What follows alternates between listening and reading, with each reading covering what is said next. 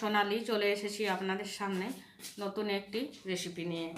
আজকে আমি আপনাদের সাথে শেয়ার করব মাছের মাথা দিয়ে একটি রেসিপি।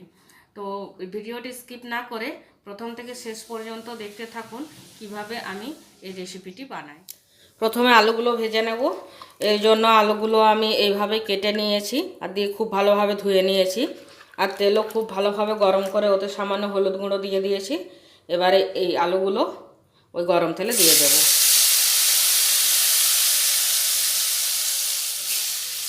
এবারে ওতে দিয়ে দেব হলুদ গুঁড়ো,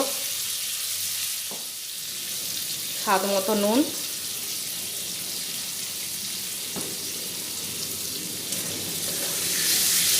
দিয়ে আলুগুলো বেশ লাল লাল করে ভেজে নেব।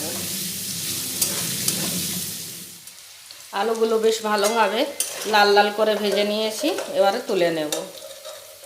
সম্পূর্ণ তরকারিটাই আমি সাদা তেলে বানাবো।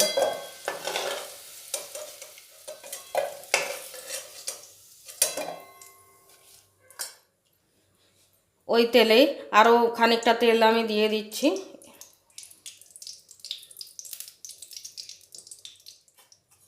তেলটা খুব ভালোভাবে গরম হয়ে গেছে।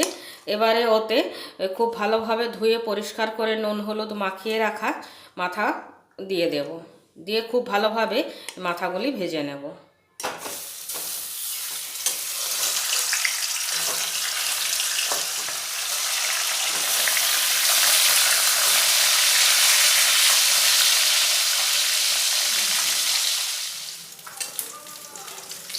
মাছগুলো ভাজা হয়ে গেছে, এবারে তুলে নেব।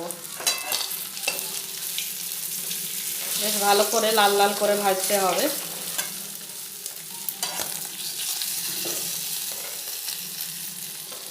এইভাবে আমি সব মাছগুলি ভেজে নেব। মাছের মাথাগুলো সব ভাজা হয়ে গেছে, এবারে তুলে নেব।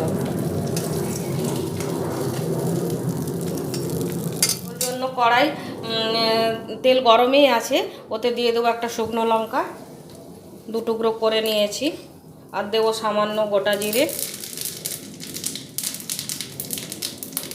আর দিয়ে দেবো সামান্য পেঁয়াজ কুচি, এইভাবে কুচিয়ে নিয়েছি, ওতে দিয়ে দেবো।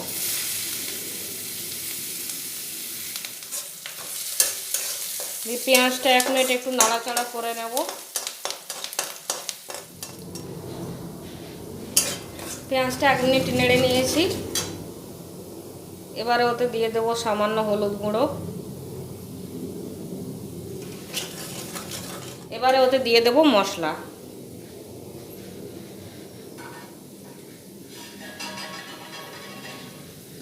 গ্রাইন্ডারে আমি পেঁয়াজ আদা রসুন কাঁচা লঙ্কা টমেটো জিরে গুঁড়ো ধনে গুঁড়ো খুব ভালোভাবে পেস্ট করে নিয়েছি, ওতে দিয়ে দেব। সামান্য মশলা ধোয়া জল। পেঁয়াজ আদা রসুনটা 1 মিনিট নাড়াচাড়া করে নিয়েছি। এবার ওতে কিছু শুকনো মশলা দিয়ে দেব। স্বাদ মতো নুন,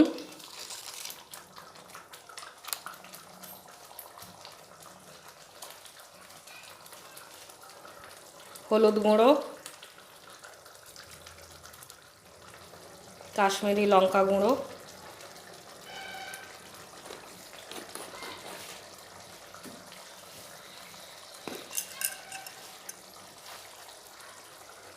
সামান্য চিনি, আর দিয়ে দেব গরম মশলা গুঁড়ো।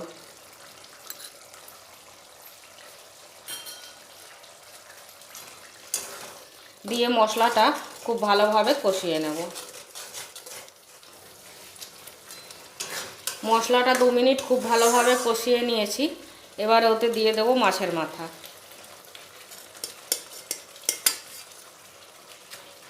মাথাগুলো একটু ভেঙে নেব।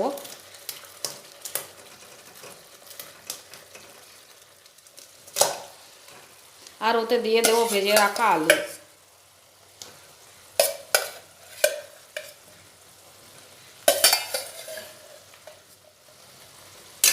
দিয়ে নাড়াচাড়া করে মিশিয়ে নেব।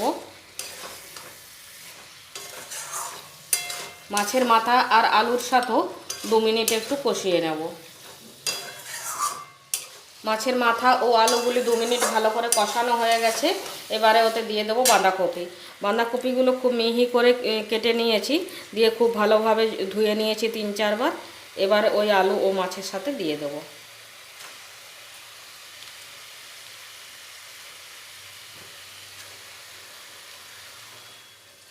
দিয়ে এবার এই বাঁধাকপিটা আলু ও মাছের সাথে খুব ভালোভাবে কষিয়ে নেব। যত ভালোভাবে কষানো হবে এই তরকারিটা খেতে তত টেস্টি হবে।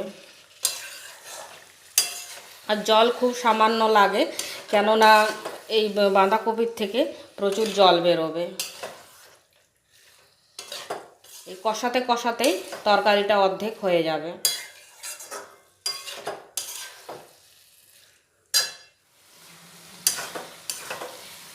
তরকারিটা খুব ভালোভাবে কষানো হয়ে গেছে। এবারে ওতে সামান্য জল দিয়ে দেব।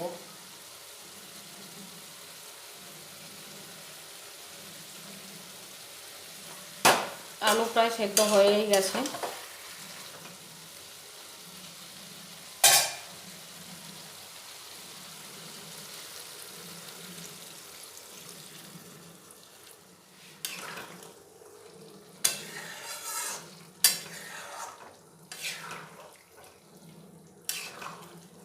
ফিরে আসছি তরকারিটা হয়ে যাওয়ার পর।